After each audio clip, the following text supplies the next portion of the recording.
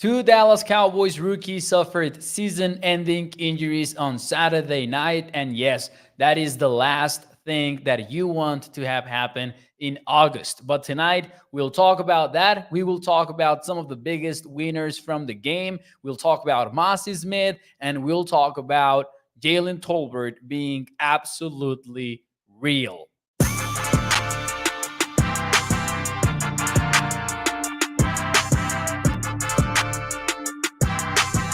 What is up, everyone, and welcome into A to Z Sports Dallas Prime Time. I am your host, Mauricio Rodriguez, streaming with you live every Sunday through Thursday night at 8 p.m. Central here on Dallas On Demand Sports Talk Network. With a lot more content coming your way, make sure that you check out adcsports.com/Dallas. And as always, remember to hit the like button for me because it takes about a fraction of a second, and it really is the single biggest thing that you can do to help out the show. The Cowboys played on Saturday night against the Seattle Seahawks. They lost the game, and there was a lot of stuff to, be concerned about or to complain about. Will Greer did not look great. The backup offensive line, once again, did not look good at all. The backup secondary and the third string secondary was suffering a little bit on Saturday night. And we did see a lot of big plays from the Seahawks against the Cowboys defense. None of that matters, or none of that seemed to matter when the game was over, because we feared two season-ending injuries to Cowboys rookies. One of them to linebacker DeMarvion Overshown, the Cowboys' third-round draft pick that was turning heads in training camp. And then the other was to undrafted free agent John Stephens. Both of those fears became a reality today on Sunday, as the Dallas Morning News reported that they are torn ACLs. And so they are missing the season. One of them, Overshown, was a guaranteed member of the roster. John Stephens was threatening to take a spot on the 53. So a bad start to the week, if we are being totally honest. That is exactly what you don't want to have happen on a preseason game. We'll talk about it tonight. We'll get into some of the details here on the show.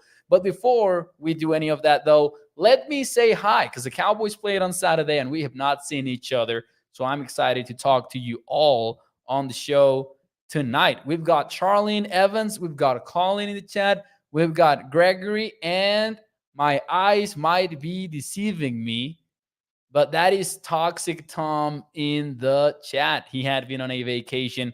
Welcome back, Toxic Tom, one of the most loyal listeners of ADC Sports Dallas in general. Katharina, thank you for joining the show as well. Valentin, thank you for being here as well. He says we need to take care about our linebackers, and that is true. The Cowboys have to be concerned about the linebacker situation, and that is with what we will start the show, actually. So welcome, everyone, into the show. Thanks for taking time out of your day to listen to Prime Time. I really appreciate you. Yeah, let's start with Overshown, because there's no other way we can start this show. DeMarvion Turkey's left ACL, and it ironically and oddly happened on such a good play, man. On such a good play where he is defending the flat. He's exploding towards the flat. He's pretty much in the middle of the field, explodes to the sideline, and makes such an athletic tackle, and really one that had us tweeting like, oh, damn, what a play from the rookie. Another one in the books for him, because he had a very strong preseason opener as well, has been having a fantastic training camp too. So when we see him a little bit, awkward when getting up, he kind of tries to get up, then goes down. And then we learn through the broadcast and through Twitter that he walked under his own power to the sideline, and then he was carted off the sideline after that. We know that walking under your own power when it comes to ACLs pretty much means nothing. So the fear remained right there for everyone that was watching the game. And it didn't take long for reports to confirm that it was an ACL. Michael Gelkin first hinted at it on Saturday night, became a reality on Sunday afternoon. So now the Cowboys are looking at a season in which they won't have their third round draft pick available. Now, is Overshown or was Overshown a projected starter? No. So on that front, maybe you're kind of I don't even want to say that you can breathe a sigh of relief because you can't. Because with Overshown, it's not really about him being the starter. It's probably about being the number 3 linebacker on the team, which doesn't sound like a starter, but pretty much you're going to see playing time. You're guaranteed playing time at that stage because, you can talk about 4-3 defenses. You can talk about 3-4 defenses. The Cowboys' base is going to be 2 linebackers, and that's going to be Leighton Van Der Esch, Damon Clark, and then you're going to have 5 defensive backs, 6 defensive backs. Of course, sometimes that can happen with 1 linebacker being subbed out with the 3 safety looks that the Cowboys like to use. So now you have Van Der Esch and Clark, who are your projected starters. And then after that, this is your linebacker room. Let me run you through it. Jabril Cox, who has barely played defense in the NFL in his career. You have Devin Harper, who has played no defense in the NFL in his career because he's a second-year player, got injured after 3 games in the NFL as a rookie last year.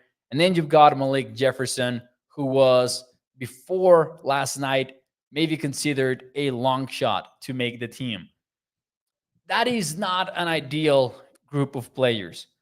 I don't think that Jabril Cox is solidified as the top backup linebacker right now against Devin Harper. Because I'm going to say this about the former 6th round draft pick.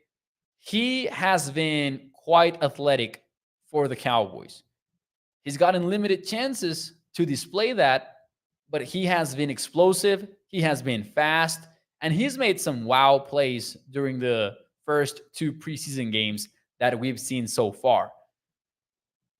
It's kind of tough, though, to enter the season betting on him, though. Like, it has to be tough for the Cowboys to go down that route. Because what we're seeing in August, you're seeing a player that is making better decisions, that looks more comfortable on the field than he did maybe last year. And you're maybe seeing those first glimpses of what he could be as a defensive player. Can he be a special teams ace? I don't doubt it because he's got the athleticism. He's got all of that. But can he play if called upon on defense at a consistent level? I'm not betting on that personally. Again, everything can happen in the NFL. The Cowboys can bet on one of these 2 guys stepping up. But at the very least, you need to look towards the free agents market, in my opinion, right now. And unfortunately, it's not too promising either. There are 2 big names that we could look at. One of them is Anthony Barr, but I'm going to put this out there. I'm not sure what Anthony Barr's whole situation is right now. Because I don't know if you remember that we talked about this a little bit earlier in the month. Anthony Barr was expected to sign with the Saints, according to Diana Rossini when she was with ESPN. And she reported that that never happened. And while we learned that the Saints had not agreed to a deal with Kareem Hunt, who was visiting at the same time because of guaranteed money issues, we never really got to know what happened with Anthony Barr. And then Barr was scheduled to visit the New York Giants. But at the last minute, the Giants were like, actually, you know what, Anthony, we're canceling the visit. I don't want to speculate at all, like in a wild way, but I'm not sure. I'm not sure that Anthony Barr is healthy right now. And I'm not sure what the whole situation is with him. Now, I will also say that Anthony Barr's sponsor is gone from the Cowboys. Because I think that George Edwards played a big role in getting Anthony Barr to Dallas last year because he was the former defensive coordinator for the Minnesota Vikings. And maybe, I mean, I look at it that way. Like, I think that Edwards brought Anthony Barr to the Cowboys, and he's not. Oh, my pen just dropped. I'm sorry. But I don't think that, and I'm showing you the cap now. Sorry about that.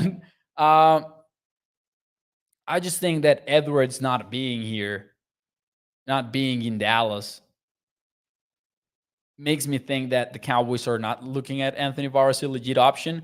And that leaves you with Rashaan Evans, who I really don't understand why he's unsigned. The Cowboys are not going to get a super athletic player that's going to solve all of the issues on defense, and he's going to be the top tier number 3 linebacker in the NFL or anything like that. But Rashaan Evans did play 17 games last year, started those games, produced quite decently for the Falcons, had 159 tackles. And I know that tackles are never the way to evaluate players, but you know he can be on the field. You know he can be a solid number 3 at least, based on the fact that he played so much last year. Can he cover is one of the main questions, I think, because his coverage numbers are not great. So that is something that maybe the tape would reveal a little bit more info. But to me, the Cowboys are looking at 2 possibilities. Either you pay one of these free agents and you bring them to Dallas and you say, you know what, this is what I can work with. It is not ideal, but I'm going to sign one of these 2 guys. Or you bank on Devin Harper and or Jabril Cox to take that step up and to really show up for the Cowboys when they most need them to. Or, because I'm going to say this goes hand in hand, you decide to take the 3 safety groupings to the next level. So now you're not just thinking about a handful of snaps. You're not thinking about half of the snaps. You're thinking of living in that world more consistently and having Jaron Kears, Donovan Wilson, and Malik Hooker if it comes to that.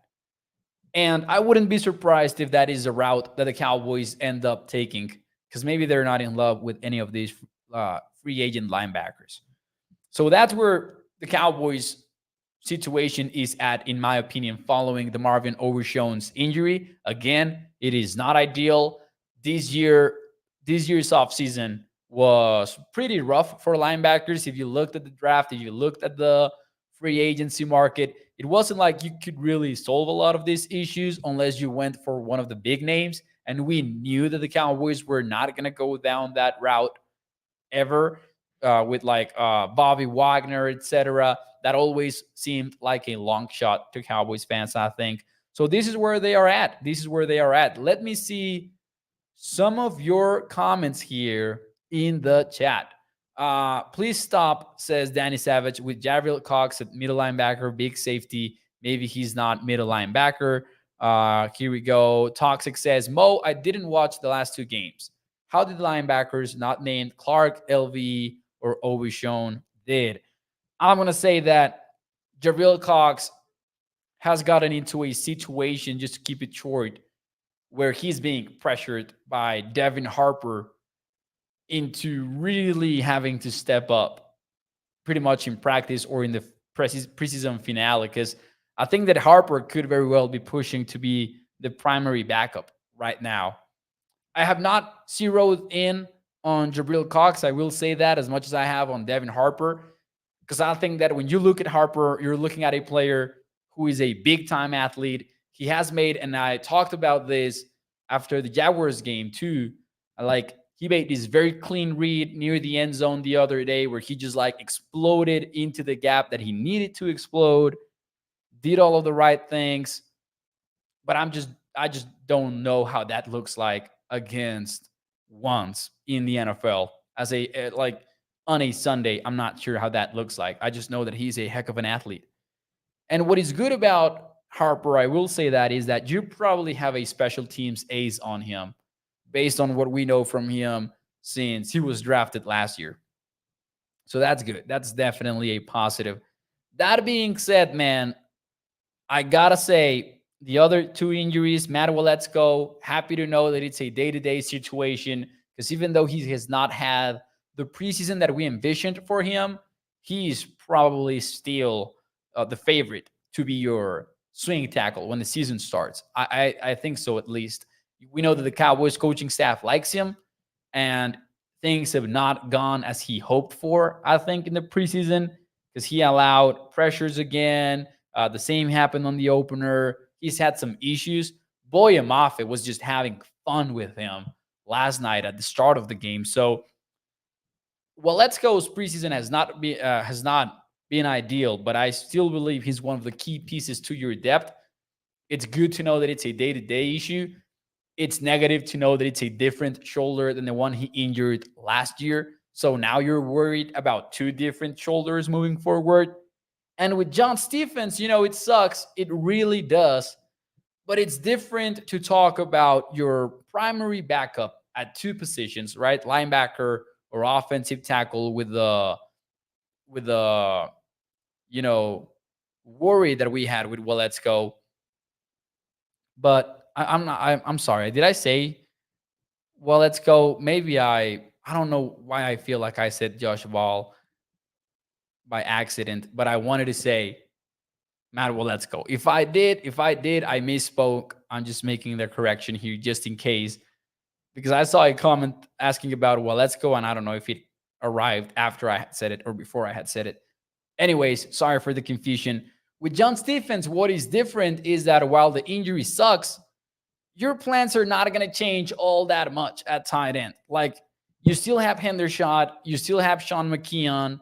I think that Hendershot's job is much safer going into the season now. So things change a little bit, and you hate to see a rookie get injured like that, especially when you look at the play that it happened. It wasn't even a play where he was being targeted or anything like that. He was just caught in the middle of the trenches warfare and just got injured. I believe it was a non-contact injury. Just looked super weird, very unfortunate. You hate to see it. I don't think that it really moves the needle on how the Cowboys defense could go, though, if we are being a little bit cold and objective with things. So those are, to me, the real losers of the game. We're going to mention maybe a couple of other losers towards the end of the show. But if we're doing a winners losers show, this time it has to be those that whose seasons came to an end. It has to be. There's no other way of getting around it. Let's see here. Danny Savage says, I'm not the brightest bulb on the three, but now two bad shoulders is not great for football. It is a concern, especially at a position like offensive tackle, where, I mean, I agree with Danny, like shoulders matter so much, and it's going to be tough to know if it will impact his availability moving forward. I agree with Toxic, though. Hit the like button, please, or Rowdy will steal your girlfriend, says Toxic Tom. Shout out to him for always calling for the like buttons. Thank you, guys. We're at about 90 people right now between Facebook and YouTube, and I cannot even see the likes. So we do need to get the likes up. Let's go. Thank you, guys, for tuning in, by the way. Let's move on, though, to the three winners of the game. I have three of them for tonight, and I'm going to start with one that might be a surprise to everyone. So let me know in the chat too, who's your biggest winner of the game? I'm actually not going to start with a surprising one, but let me know who's the biggest winner of the game for you. Here we go. Let's get it started. We got to start with Jalen Tolbert. We really have to start with the guy that caught 4 passes for 66 yards and is looking like he has guaranteed himself the number 4 spot in the wideout rotation. And listen, I understand the hype about those who are thinking that Tolbert is also looking at stealing some reps from Michael Gallup. At first, I was like, hey, maybe the hype could be getting a little bit out of hand, but I can see it. I can see it, man. Keep in mind that the Cowboys started the game against the Seattle Seahawks starting defense, and they also did it against the starting offense. But in this case, Tolbert was facing the Seahawks secondary at first, and he showed up throughout the game. And here's what I love about Tolbert's strong preseason. He's winning, and he's winning on different routes. We saw him win on Saturday night with a go route early in the game where Will Greer was just like, Tolbert is down there somewhere, down the right sideline. And Tolbert wins. Like, you cannot even appreciate how much he wins in that rep because the throw is just a little bit 50-50. He needs to adjust, work to the ball, and kind of like track it down. And he makes an uncomfortable catch too. But if you look at the release of that play, Tolbert is out there generating separation with footwork, with his release.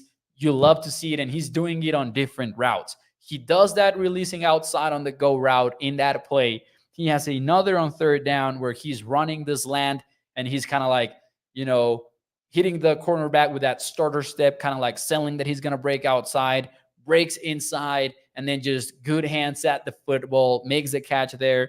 And then he's got another one, which looks like kind of a crosser route on third and down as well. And I actually believe it was called incomplete, but he does such a good job just like identifying the zone coverage, sitting down, and then understanding the leverage and understanding that Will Greer is going to hit him on the other side and working back to the football. Tolbert seems like he's got the details of the position down. He's got the nuances of the position down. And I don't think that we'll ever be able to fully understand what happened in 2022 with this guy. We've seen cases of players taking a long time to really learn the position, especially at positions like wide receiver, edge rusher, even defensive tackle. And we'll talk more about Mazi later. But this was such an extreme case, and it's being even more extreme with the comeback. I just don't know what happened last year, because I know about, the learning process, but I don't remember seeing that type of a case where such a hyped rookie, third round draft pick is a healthy scratch for so much in the season. And then now he looks so ready. He looks so ready, and I believe he really can push for those reps from Michael Gallup. He's a willing blocker too, by the way, and we know that that will matter to Mike McCarthy and the Cowboys coaching staff. I could see him pushing Michael Gallup for some snaps. Because, you're also playing in 11 personnel so often that the wide receiver, the fourth wide receiver is going to see playing time, even if everyone is healthy. So, I just think about this example because it's like the silly way of looking at it. But, those sliders when you play Madden where you can set the sliders to where how often will the players rotate on your team? Because, the rotations happen automatically. Like if a player is tired, the game will automatically sub in a player for you. I'm just guessing that the Cowboys slider is going to be turned up high to where we're going to see Tolbert rotating to the offense often. Since week one, I'm thinking the way that we're seeing him play right now, I don't think that you want to keep him off the field as long as the starting three are healthy. I think there are ways that you want to see Tolbert in there. Tolbert, to me, is the ultimate winner of this game. 4 catches, 66 yards. That's an average of 17 yards per catch. And you were seeing him, you were seeing him do a little bit of everything. And that is what I love about his preseason so far. We've seen him win in so many different routes that you got to be excited about it. And you got to love the story, too. You got to love the comeback story. That's one of the winners. Let's see some of yours here in the chat. I want to see who's your biggest winner of the game, or maybe you want to mention somebody else. Let me know. Gregory says Deuce Vaughn. And it's a fun one because I didn't include him in my winners just because he unfortunately didn't get a lot of chances to show off. but he did get that impressive 14-yard touchdown run where there's a lot of players that deserve a shout out of that play. Vaughn obviously makes the cut. He hits the spin move, stays on his feet, and scores a touchdown. But we also saw quite the block from Matt Farniok, who is pulling as the offensive lineman. And then you saw Luke Schoonmaker and Sean McKeon get key blocks in that play. So just want to shout them out as well. But Deuce Vaughn could be a winner. I can live with it, especially because some of the plays where he did not get the explosive runs or the productive runs, it was also on the offensive line a few times. This is from the broadcast copy. I will admit I have not gotten my hands on the old 22 for the game. Lance says Tolbert is a different dude. Here we go. Jerry Jones says Danny was biggest winner that we support his team. Says Danny. Jerry Jones is never safe in the chat. JT has great hands, says Lance. Toxic says congratulations to Tolbert. He's no longer a concession stand worker. Big loss at the Deep in Dot station. Collins is very pleased with Jalen Tolbert. Decided to play football this season. Let's see here. Who else? Danny says Deuce almost got Greer killed trying to pass block. It was like watching. Oh man, Danny is onto something though here. There were like 2 pass block reps for Deuce Vaughn in the game, and they hit the spin move on him, and he wasn't able to do much. He just kind of like tried to throw himself into the linebacker, but they did get the pressure in. That was a little bit scary, maybe not scary, but you want to see that impressive pass pro rep from Deuce Vaughn so we can lose our minds. That wasn't it, though. That was not it. Richards is Paul Bojic. I like this pick. I like Azim Richards. I like this answer right here as a winner because, hey, he is looking good. And, with Matt Waletzko's injury and everything, you never know what could happen.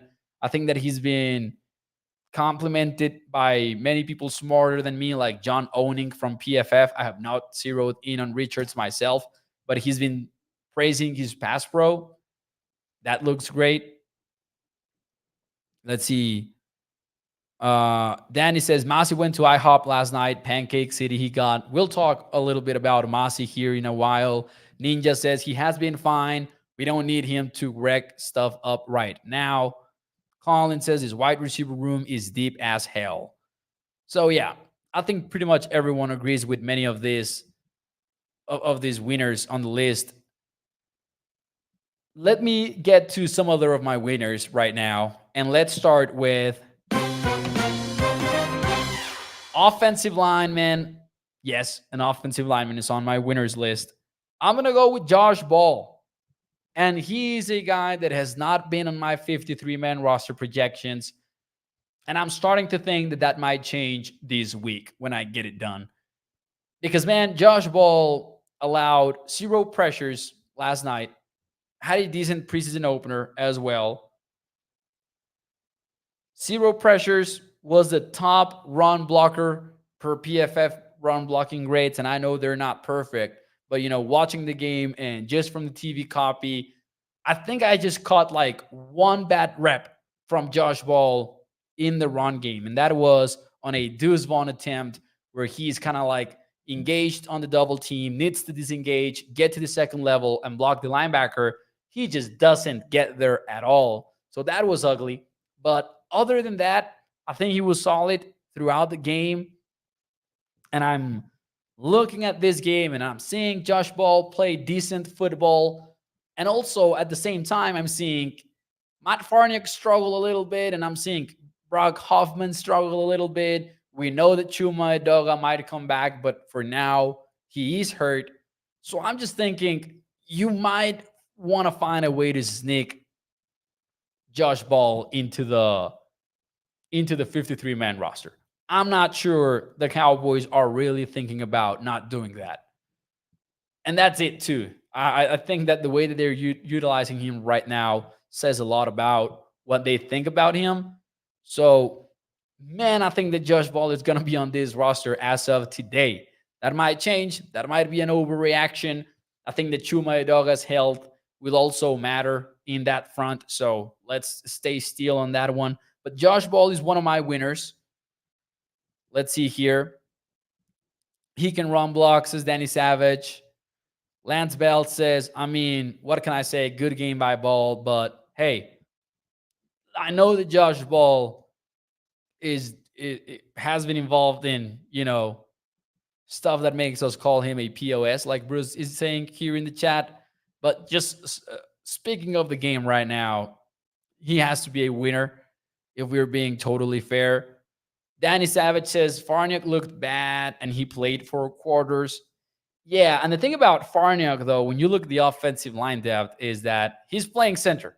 And that might be the thing that gets him on the roster. He's playing center as well. And that might be enough to get him in. Other winner to me was Rico Dowdle. Not going to spend a whole lot of time with him. 4.8 yards per carry. He looked like the superior running back on Pass Pro compared to Malik Davis, compared to Deuce Vaughn. Had 2 catches, 9 yards after the catch. So good stuff overall from Rico Dowdle. I think that he's established himself as running back number 2 right now. I know that we're excited about Deuce Vaughn. I know that we want him to earn that role in a surprising way.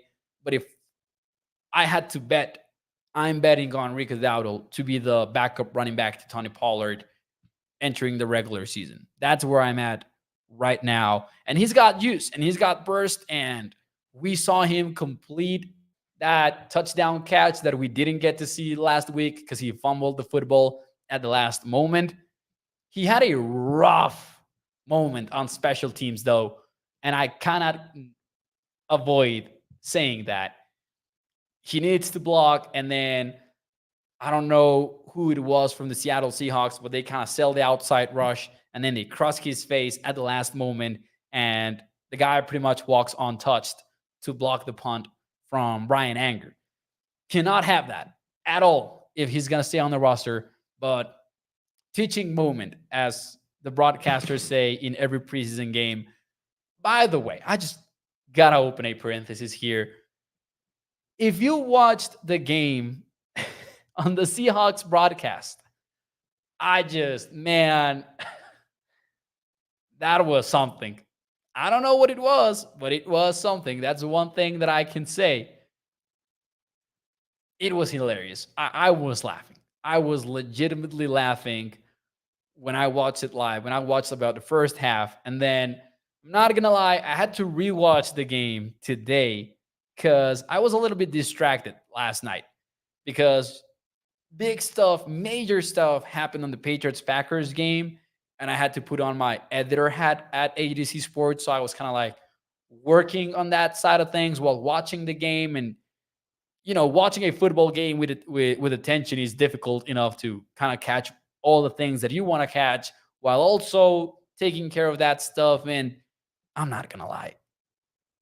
When one eye was trying to keep up with the UFC 292 action as well, it wasn't easy. So I had to rewatch the game today. And man, that broadcast was crazy. There was a tackle made by the linebacker 10 yards in. Cowboys are moving the chain. And the broadcasting team is like, oh, this linebacker, I keep calling his name. And it was like, what are you saying right now? It was crazy. And the analysis too, it was just funny as heck. It was funny as heck. I muted the game when I was taking the notes today because I was just like, oh man, crazy stuff. And I from what I can see in the chat, you guys agree with me. It was not pretty. You gotta love it. We have it easy. We have it easy as Cowboys fans. I'm not gonna lie. We get Cal humans and we get quality broadcasting. I don't even want to get into everybody because I might miss one name, but hey, Cowboys fans are spoiled because we have so good coverage and content creators and everything. Cowboys fans are covered. They were on acid. Says Danny Savage in the chat. Oh my God. All right, let's move on a little bit here. One more winner before I get to some other losers in the Mazi Smith game that has generated so much controversy so far. Isaiah Land. Holy. Isaiah Land, in my opinion, is looking like a 53-man roster member. I need to put it together myself. I know that it's a numbers game. I know that it might be tough to carry a 11th or 12th defensive lineman, but damn, you want Isaiah Land on that roster when the season starts, in my opinion. Once again, he led the team in pressures. He had 3 of them. He had a sack that I wish that I had the old 22 clip to show it to you right now. But he had a sack where he gets to the edge first. He's explosive out of his stance. Gets his hands on the offensive tackle first, and he positions them well enough. Plays long, shoves him aside. He sheds the block. And then by then, the quarterback is trying to like break outside to roll out to his left.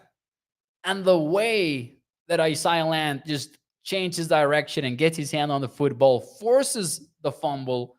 It's just such an outstanding rep, in my opinion. I tweeted it out at Mau NFL. That's MAU NFL, in case you want to check it out. To me, that's such a tremendous rep. That is one of those that you look at it, and I'm guessing that coaches have to go, how do I find a way to get him on the 53? We know that Dan Quinn likes him. We know that Dan Quinn has been scouting the guy since last year.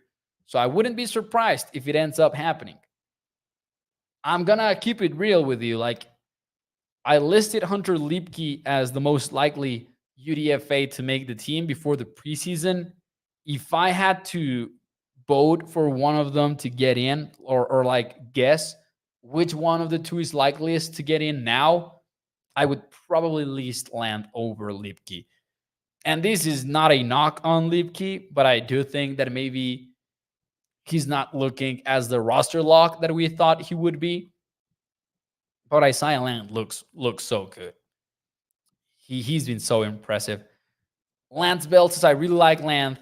And, you know, some people were like, this guy is going to be a draft pick. He's going to be a 7th-round draft pick. When the Cowboys signed him in UDFA, people were praising the Cowboys, like national people, not talking about Cowboys Twitter people or anything like that.